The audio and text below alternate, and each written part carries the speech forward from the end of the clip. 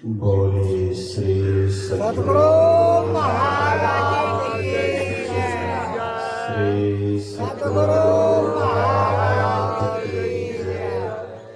श्री सद्गुरु महाराज की जय।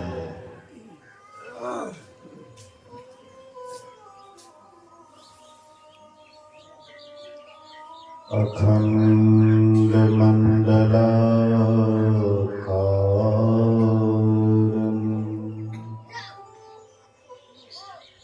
व्याप्तं येन चराचरम्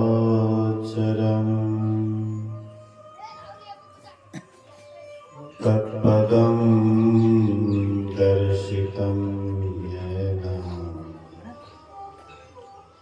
तस्मै श्री गुरुवे नमः।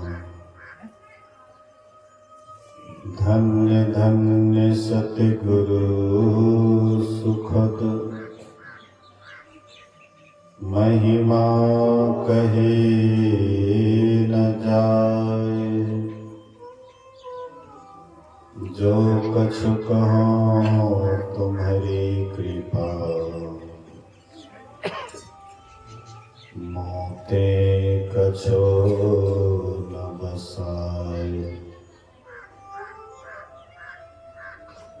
सर्वत्र सर्वदा वर्तमान सद्गुरु महाराज जी के पावन चरणों में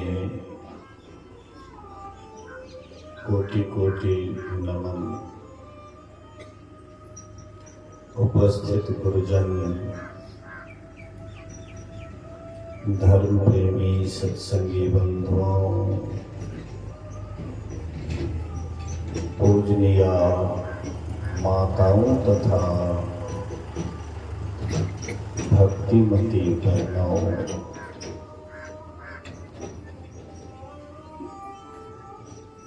अगहन पूर्णमास का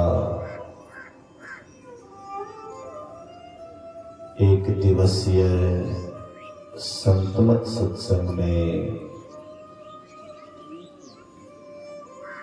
श्रद्धेय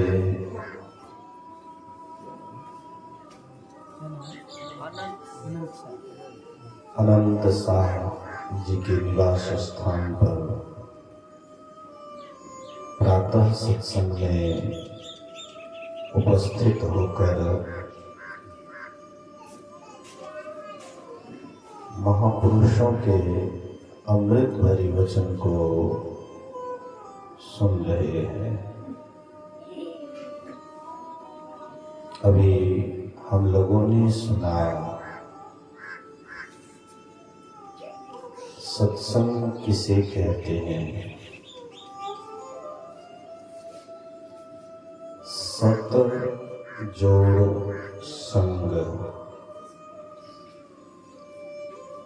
सत का जहाँ संग हो वही सत्संग कहलाता है।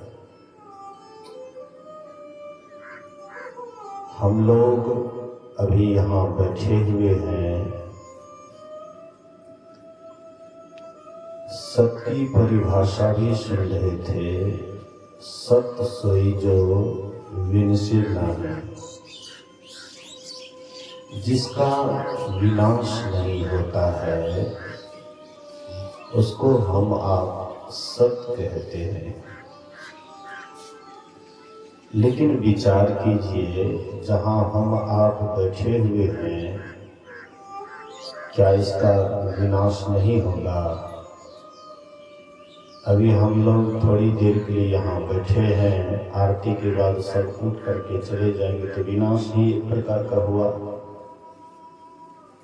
फिर सत का संग कैसे हो गया?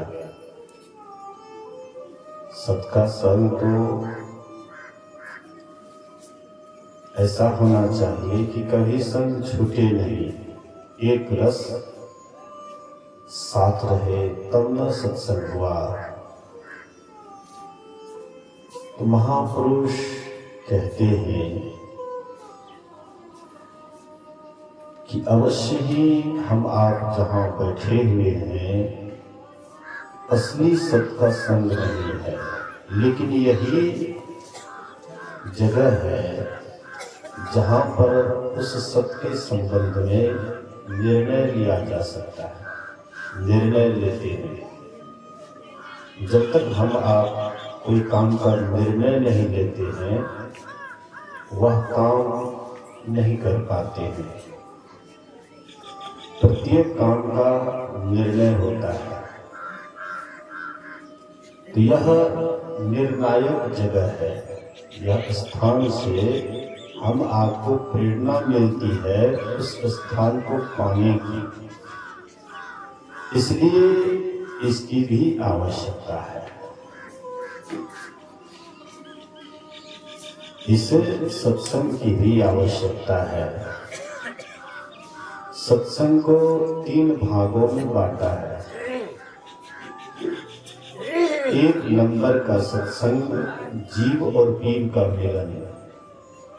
यह जीवात्मा और परमात्मा जहाँ एक हो जाता है, दोनों में कोई भेद नहीं रहता है, वह एक नंबर का सत्संग है।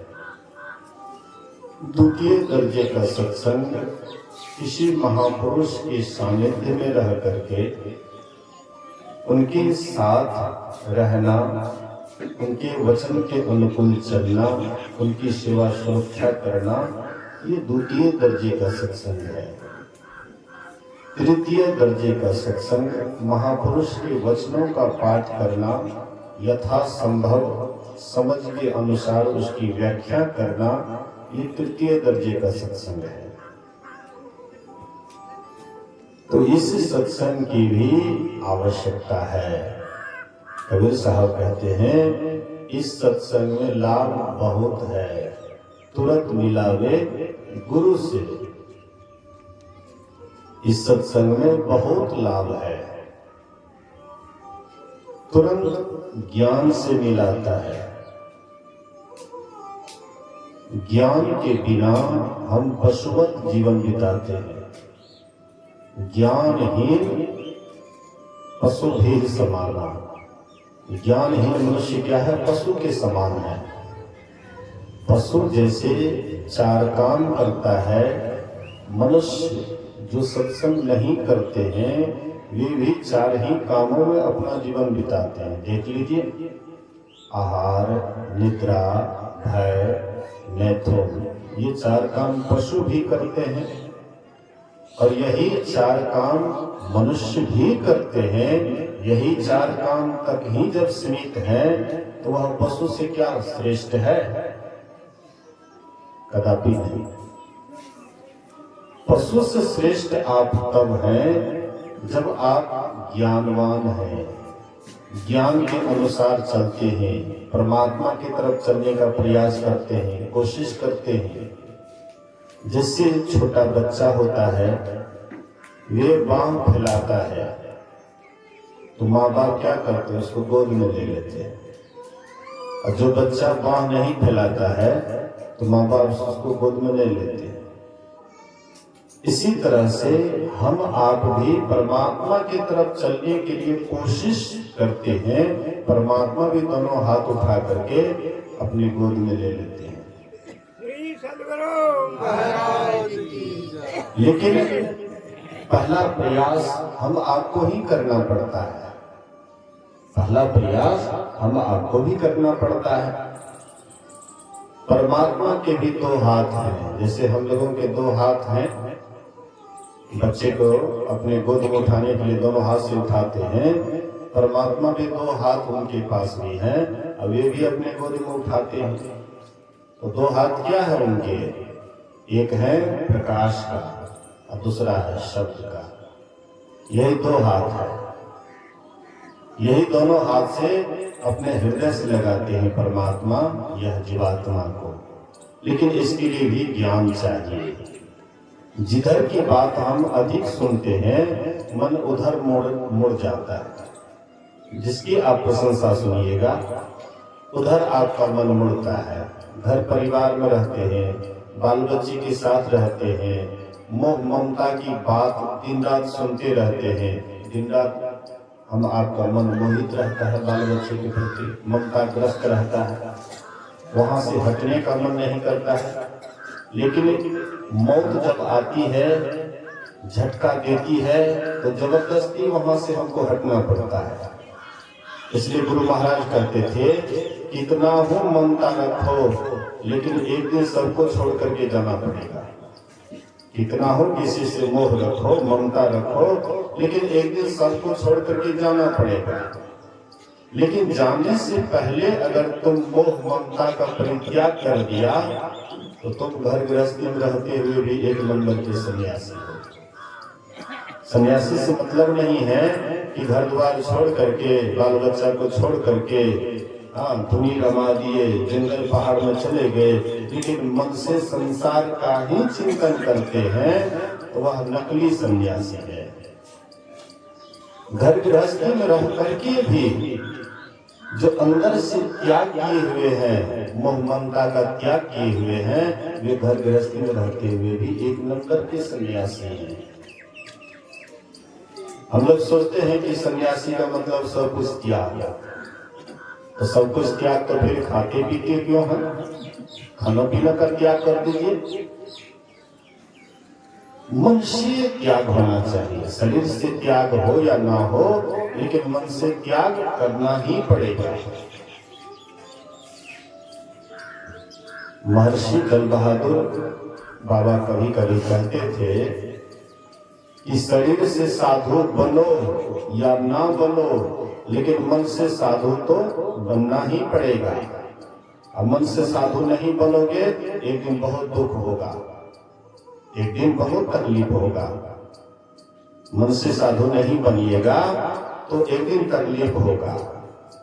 जहां से हम आप चिपके हुए हैं, जहां से हम आप जुड़े हुए हैं, एकाएक जो वह जुड़ाव खत्म होगा, एकाएक जो अलगाव होगा, वह अलगाव को आप सह नहीं पाइएगा। इसीलिए जब अंतिम समय आता है तो लोग अक्सर आंख से आंसू बहाते हैं, वही ममता से अलग होने लग जाता है। एकाएक कभी अलग होने का प्रयास किया नहीं, एकाएक जो अलग होता है उनकी आंख से आंसू की धारा बहने लग जाती है, मोह टूटने लग जाता है कि हाय इतना बढ़िया बगीचा लगाया, लेकिन अब ये बगीचा को छोड़ करके जा रहा हूं। आप मालिक मत बनिए, माली बनिए। माली क्या करते हैं? सींचते हैं, बगीचा को सींचते हैं, समय समय पर खाद देते हैं, पानी देते हैं, निकोनी करते हैं, सब काम करते हैं, लेकिन कभी मालिक नहीं बनते। मालिक कभी मालिक बनते हैं? मालिक का काम है देख रेख करना, अब मालिक तो कोई और होता है। हम लोग क्या करते हैं? मालिक के बदले मालिक हो जाते हैं कि हम ही तो इस घर परिवार के मालिक हैं। हम अगर हैं तो परिवार चलता है, और नहीं रहेंगे तो परिवार नहीं चलेगा। आपके पहले भी कोई थे, आप अभी हैं, बाद में भी कोई आएंगे जब आप जगह खाली कर दीजिएगा। कोई न कोई चलाने वाला हो जाएगा। संसार को चलाने वाले बहुत हैं, मालिक बनने वाले बहुत हैं। माली बन जाइए, असली मालिक का स्वभाव यही है। असली मालिक बन जाइएगा। जब माली बन जाइए तो मालिक बन जाइएगा। अगर मालिक बनिएगा तो माली भी नहीं बन पाइएगा, आपका जीवन खाली ही रह जाएगा। इसलिए संत महापुरुष कहते हैं कि संसार में रहिए, लेकिन संसार से अलग रहिए। एक एक संत महात्मा इसके बड़े उदाहरण हैं। गुरु नानक देव देखिए, घर गृहस्थी में रहते हुए एक नंबर के सन्यासी थे। कबीर साहब के संबंध में तो लोगों को शंका भी है, एक गृहस्थी में थे या बैरागी थे, इसमें संदेह भी है। लेकिन गुरु नानक देव के समय में तो खुले आम है कि वे गृहस्थी थे, गृहस्थ थे। दो बच्चे भी उनको थे, एक श्रीचंद जी महाराज, एक लक्ष्मी चंद जी महाराज, 2 लड़के थे। लेकिन घर गृहस्थी में थे, लेकिन घर गृहस्थी में लिप्त नहीं थे। जैसे जल में ही कमलो मुर्गई निशाने सुरत शब्द भव सागरो तरिए नानक नाम बखाने। जैसे हम आप देखते हैं कमल का फूल कीचड़ में रहता है लेकिन ऊपर में कितना सुंदर खिलता है, लोगों के मन को मोह लेते हैं कमल का फूल। ऐसे हम आप भी खिलना चाहते हैं, हम आपके अंदर से भी सुगंध निकले, हम भी संसार को मोह लें। इसके लिए महापुरुष कहते हैं कि कमलवत रहो, कमलवत रहो। जैसे कमल रहता है संसार में वैसे तुम रहो। अगर कमलवत रहने के लिए सीख गया तो देखो तुम्हारा जीवन आनंद से खिल जाएगा। क्यों हमारा जीवन आनंद से नहीं खिल रहा है? क्यों हम दिनों दिन प्रतिदिन चिंताग्रस्त होते जा रहे हैं? क्यों हम दुखी होते जा रहे हैं? हम सुखी होने का ही हम ही कारण है और दुखी होने का भी हम ही कारण है। कोई हमको सुखी नहीं कर सकता है, न कोई हमको दुखी कर सकता है। हमको लगता है कि ये कमी है, ये पूरा हो जाएगा, हम सुखी हो जाएंगे, यह मिल जाएगा, हम सुखी हो जाएंगे। लेकिन ये केवल आपकी वासना है, ये आपकी केवल इच्छा है। वह मिल भी जाएगा फिर भी आप सुखी नहीं हो पाएगा। दुनिया का कितना हो कोई किसी को प्रयास करे सुखी करने के लिए, अगर वह खुद सुखी होना नहीं चाहता है तो कोई उसको सुखी नहीं कर सकता है। आप अगर संकल्प ले लीजिए कि हम जहां हैं जैसे हैं हम उसी में खुश रहेंगे, आप कम ही दिनों में एकदम आनंदित जीवन बिताने लगेगा। इसलिए आप देखते हैं कि कितनी ऋषि मुनि होते हैं, साधु महात्मा होते हैं, कुछ नहीं रहते हुए भी उनका जीवन राजा महाराजा से भी विशेष आनंददायक जीवन होता है।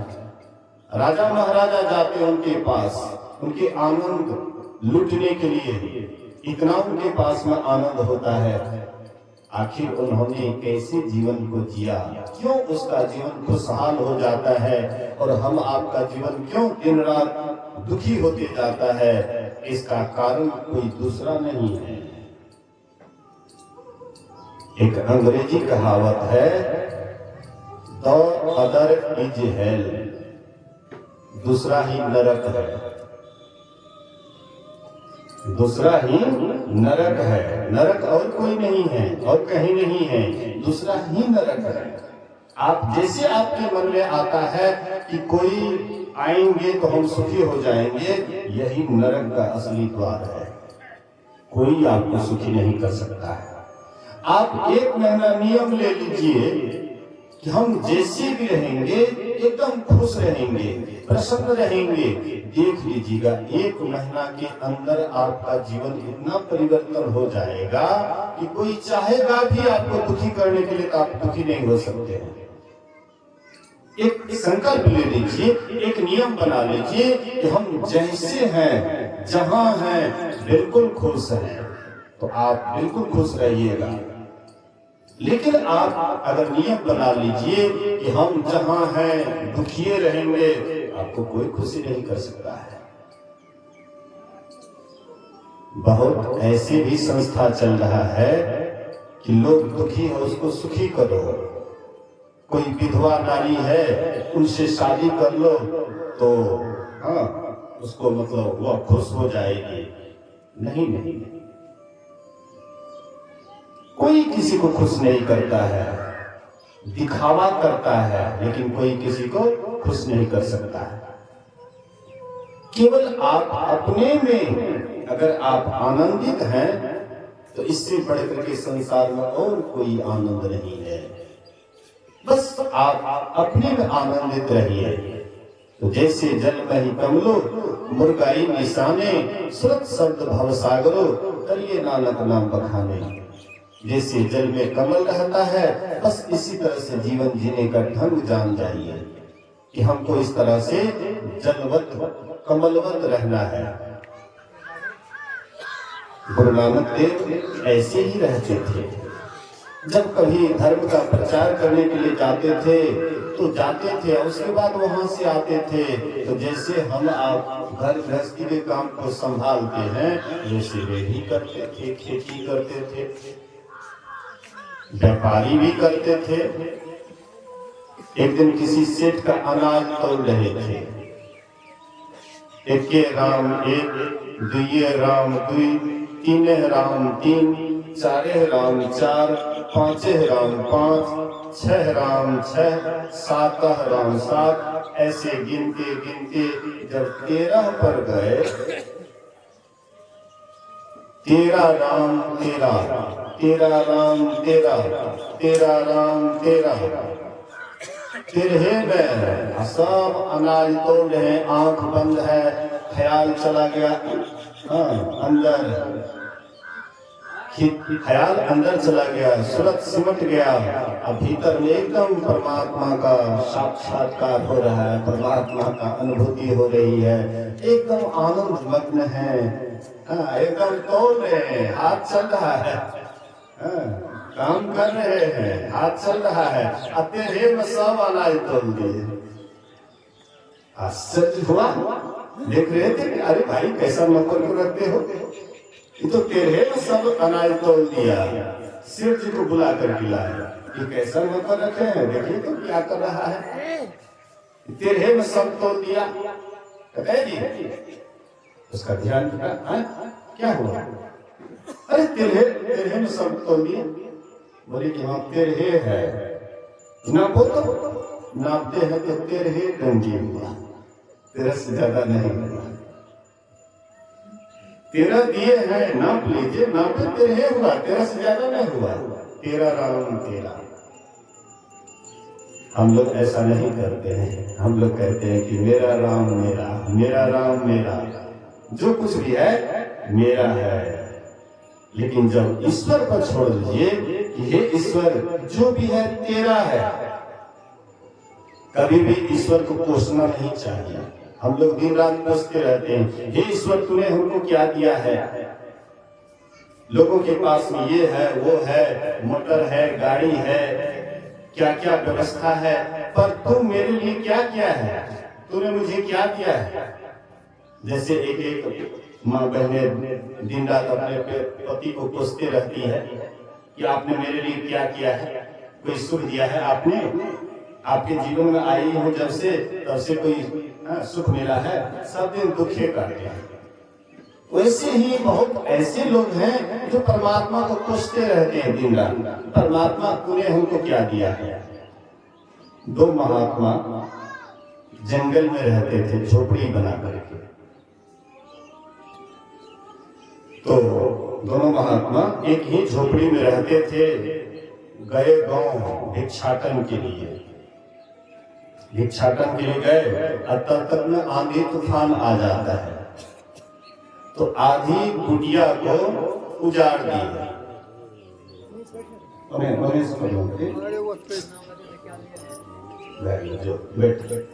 बोलिए श्री सद्गुरु। तो जैसे वे महात्मा लोग भिक्षाटन के लिए गए गांव में, तब तक आंधी तूफान आ जाता है, आधा कुटिया उल्टा जाए। उसके बाद महात्मा जी आए, एक महात्मा पहले आए, हे परमात्मा तेरे अंदर थोड़ी सी भी दया नहीं है। एक ही था साधारण झोपड़ी जिसमें हम किसी तरह से जीवन बिताते थे, लेकिन तू कैसा निर्दयी है, औरों का घर नहीं तोड़ करके हमारे ही कुटिया को तूने तोड़ दिया। अवश्य तू बड़ा निर्दयी है। परमात्मा को कोसने लगे, भला बुरा कहने लगे।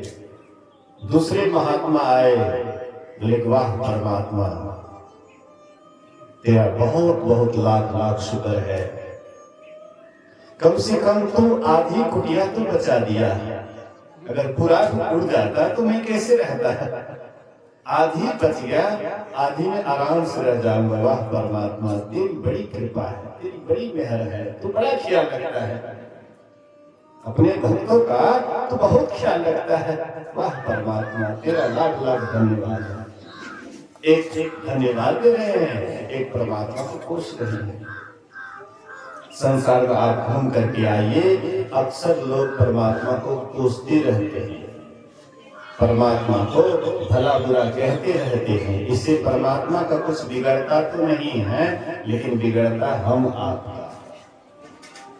आपका ही बिगड़ता है। दिन रात हम दुखी होते जाते हैं, दिन रात हम परेशान होते जाते हैं। यही परेशानी में हमारा शरीर छूटता है, हम सोचते हैं कि मर जाएंगे तो हम सुखी हो जाएंगे।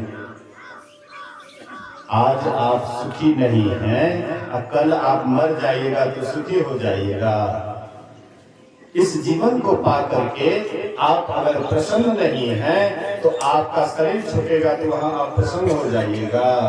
अब हो मिला सो तब हो मिलेगा, और नहीं तो जमपुर पासा।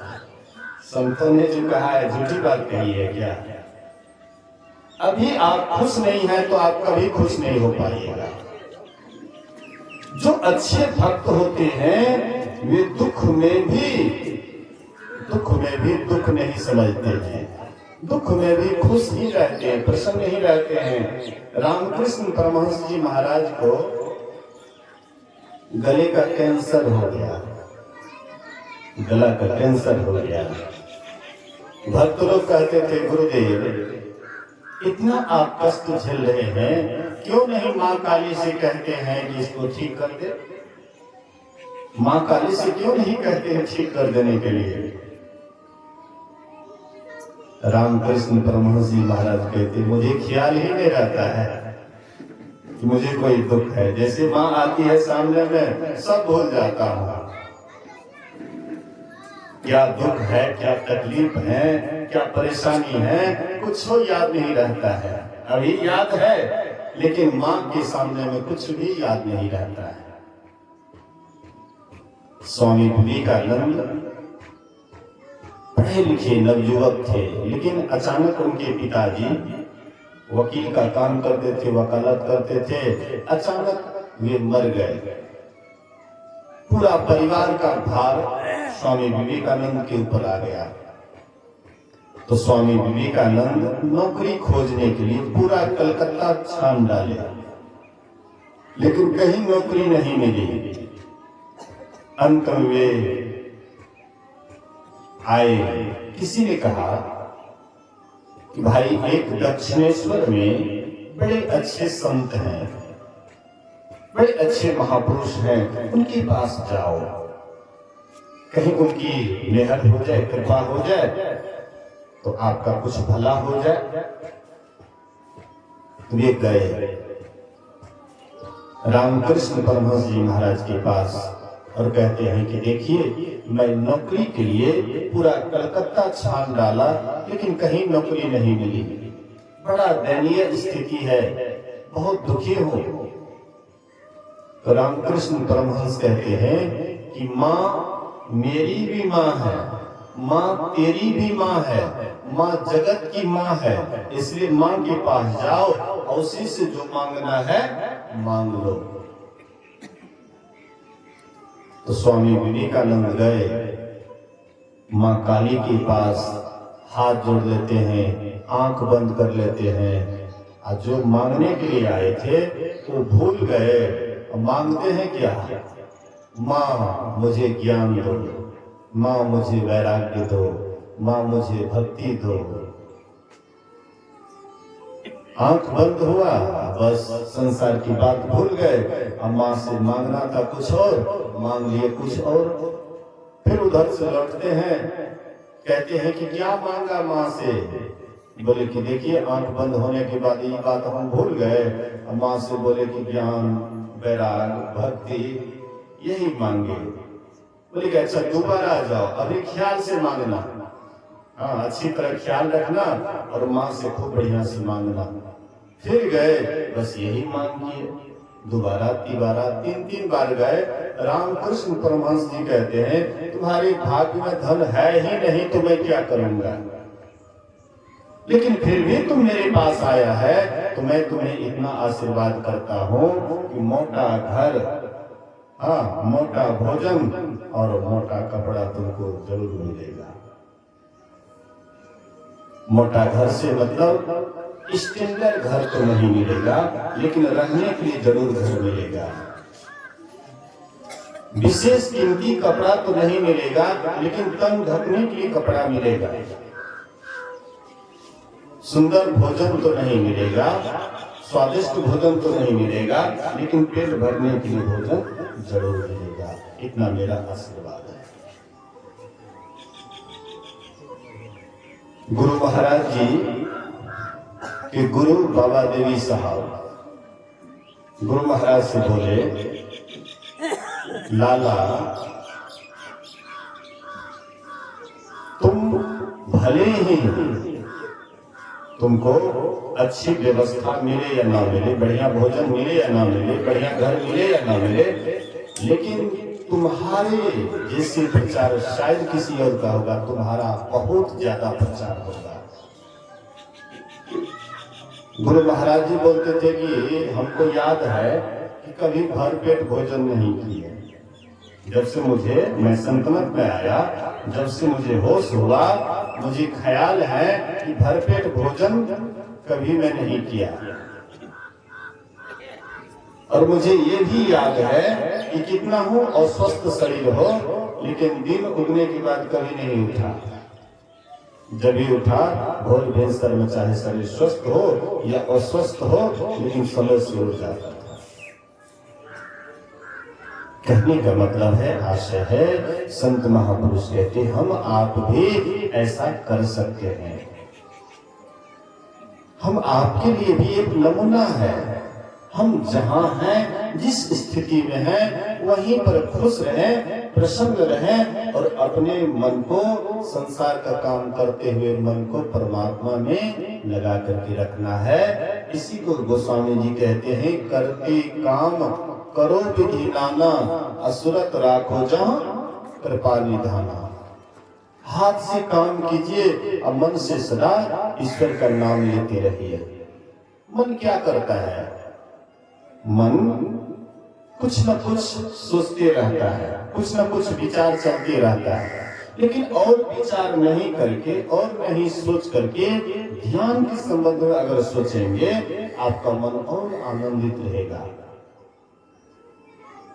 बुढ़ापा क्या है? लोग कहते हैं कि बुढ़ापा बड़ा दुखदाई होता है।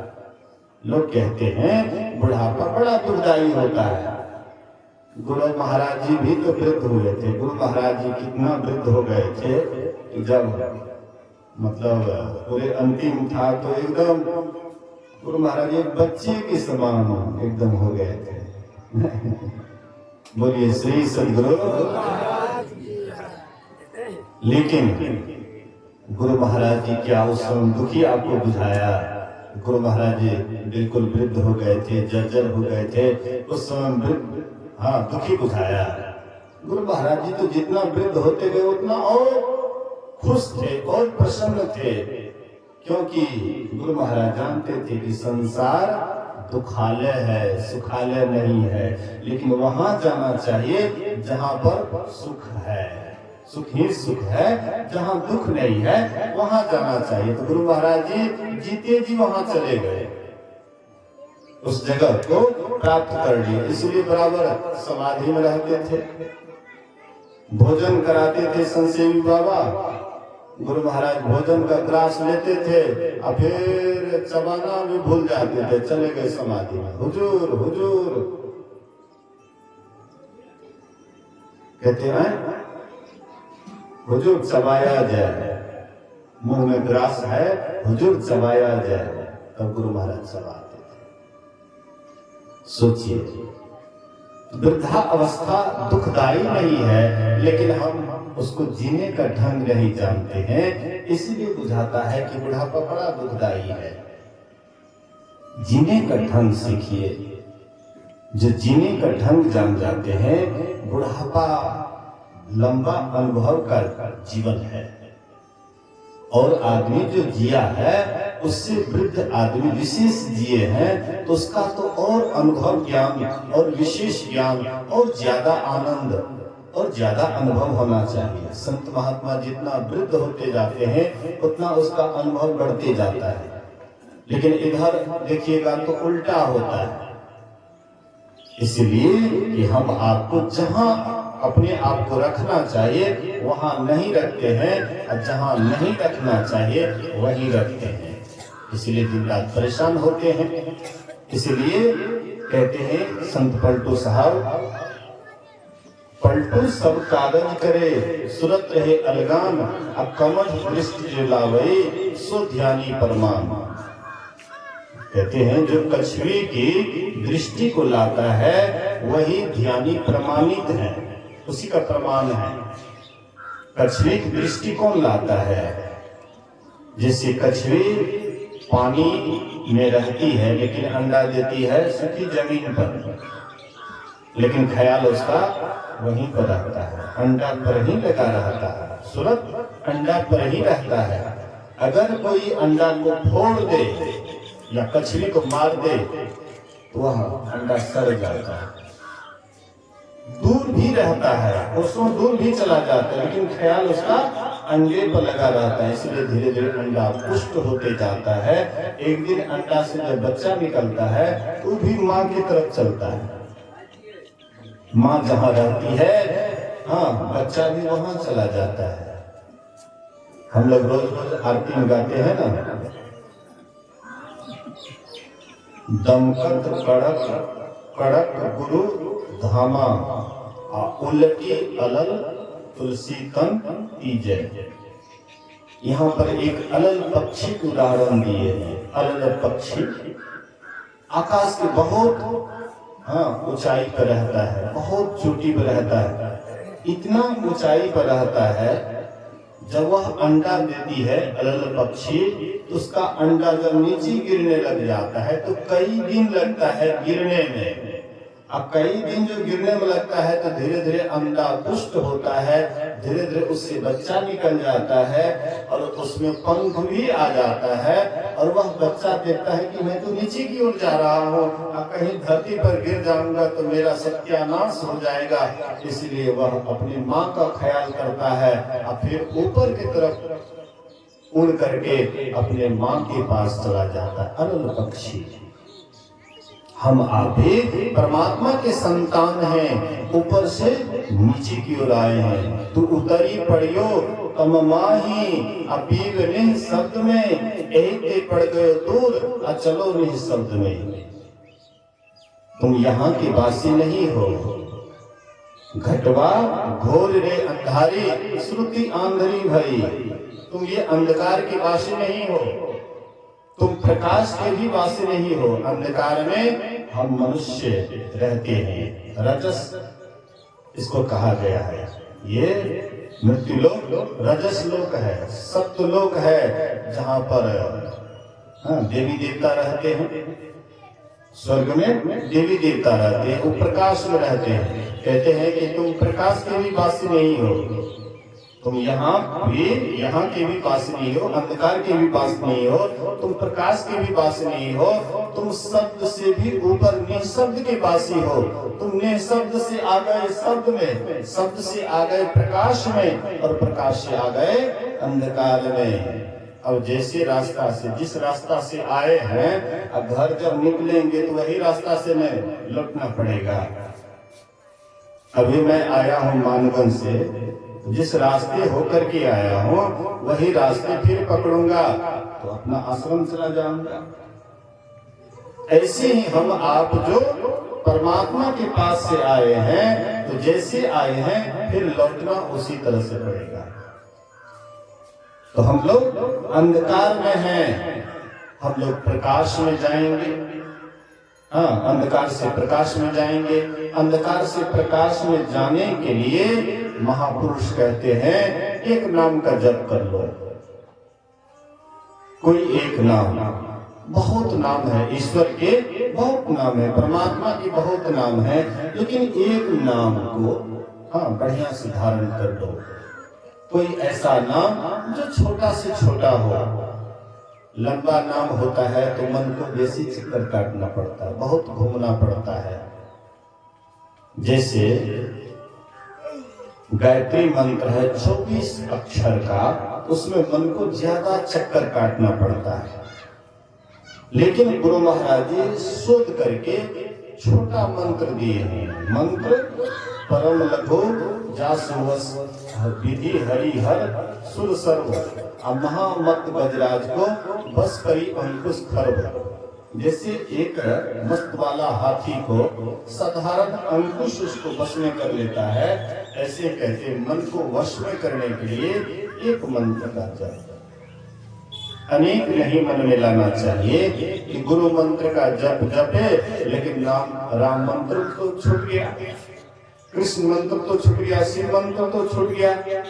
ऐसा कभी मन में संदेह मत कीजिए। एक ही नाम को सभी नामों का बीज समझिए। तो एक नाम का खूब मनोपूर्वक जप कीजिए, मन लगा करके जप कीजिए। उसके बाद उसी रूप के संबंधित मानस ध्यान कीजिए। जो नाम आप जप रहे थे वही रूप का, जिस नाम को आप जप रहे थे उसी रूप का ध्यान कीजिए। इसमें जब एकाग्रता हो जाती है तो तब जो नहीं देखे हैं वह देखिए। बोलिए श्री सद्गुरु। जो हम नहीं देखे हैं, क्या नहीं देखे हैं? तो आपके भीतर में प्रकाश है, हम आप नहीं देखे हैं। ध्यान के द्वारा अगर आप बढ़िया से देखिएगा, कलात्मक ढंग से देखिएगा तो तब वह चीज देखने में आएगा जो आप नहीं देखे हैं। काजल दिए सिका भया ताकन को ढवना ही, ताकन को ढवना ही ताकन की गति है न्यारी, एक टक लेवे ताकि सोई है पीव की प्यारी। कहते हैं देखने के ढंग से देखो। जो देखने के ढंग से देखता है उसी को अपने भीतर में परमात्मा का सूक्ष्म रूप का दर्शन होता है। महर्षि शाही स्वामी जी महाराज कहते हैं गुरु जुगती से ताको गगन में, तब झलके एक तारा रे, वह तारा गुरुदेव बतावे, ज्योति महल का द्वारा रे। तो आपके अंदर में प्रकाश है, आपके अंदर में शब्द भी है। जहां पर प्रकाश है वहीं पर शब्द भी है। बिंदु का भेदन करने से नाद प्रकट होता है। जब नाद आपके अंदर मिलेंगे वही नाद, बहुत नाद विविध भांति के नाद मिलते हैं। और उसी नाद में बहुत प्रकार के नाद में एक नाद होता है जो सार शब्द है। तो इधर तो परख नहीं होता है, लेकिन जब आप अंधकार से प्रकाश में जाते हैं और प्रकाश में भी बहुत तरह के दर्शन होते हैं। कभी बिजली का छटक, कभी तारा, कभी चंद्रमा, कभी सूर्य। सूर्य के जब पार जाते हैं तब वह सार शब्द की अनुभूति होती है और उसकी पहचान होती है। गुरु महाराज जी कहते हैं धूल शब्द मिल जाता है तब आपको वह सार शब्द मिलता है, और वही सार शब्द आपको खींच करके परमात्मा से ले जा करके मिला देता है। फिर आवागमन में नहीं पड़ना पड़ता है, सदा के लिए हम मुक्त हो जाते हैं। इन्हीं बात को सुनिए, समझिए और अपने जीवन में उतारिएगा। इहलोक भी आप सुखी रहिएगा, यहाँ से जाने के बाद भी आप सुखी ही रहिएगा। आपके सुख को कोई छीन नहीं सकता है, परमात्मा भी नहीं। परमात्मा भी आपके सुख को छीन नहीं सकता है, लेकिन करिएगा तब। बिना किए आज तक किसी को नहीं हुआ है। जो भी महापुरुष हुए हैं सबों ने किया है। जो जितना किया है उसको उतना मिला है, जो जितना नहीं किया तो ऐसे ही संसार में भटका। इसलिए हम लोग संसार में नहीं भटक करके अंतर मार्गी बने, अंतर की यात्रा करें। और अंदर में जाने के बाद अंतर के अंतिम तह में गुरु है। मन पता पाता नहीं, नैनों की तिल में ज्योति उनकी नजर में आता नहीं। खोजते फिरते बहुत से इस जगत में जा बजा, अंतर के अंतिम तह के रहवे कोई उसे पाता नहीं। बिन दया संतन की नहीं, जानना इस राह को हुआ नहीं, होता नहीं, वो होनहारा है नहीं। इसलिए इसको बढ़िया से जानिए, संतों से भेद जो लीजिए, शीश दीजिए दान, बहुत तक भोदू बही गए, राखे जीव अभिमान। जो अहंकार के वशीभूत हुआ, वे संतों के ज्ञान से वंचित रहा। इसलिए अपने अहंकार को त्याग करके पाखंड अरु अहंकार तजी, निष्कपट हो अरु दीन हो, सब कुछ समर्पण कर गुरु की सेव करनी चाहिए। इस तरह से समर्पण का भाव होगा, अवश्य ही एक न एक दिन परमात्मा का दर्शन हो करके सदा के सुख की भागी बनेंगे। इन्हीं बात को सुनना समझना है, जीवन में उतारना है। बोलिए प्रेम से श्री सद्गुरु महाराज की जय।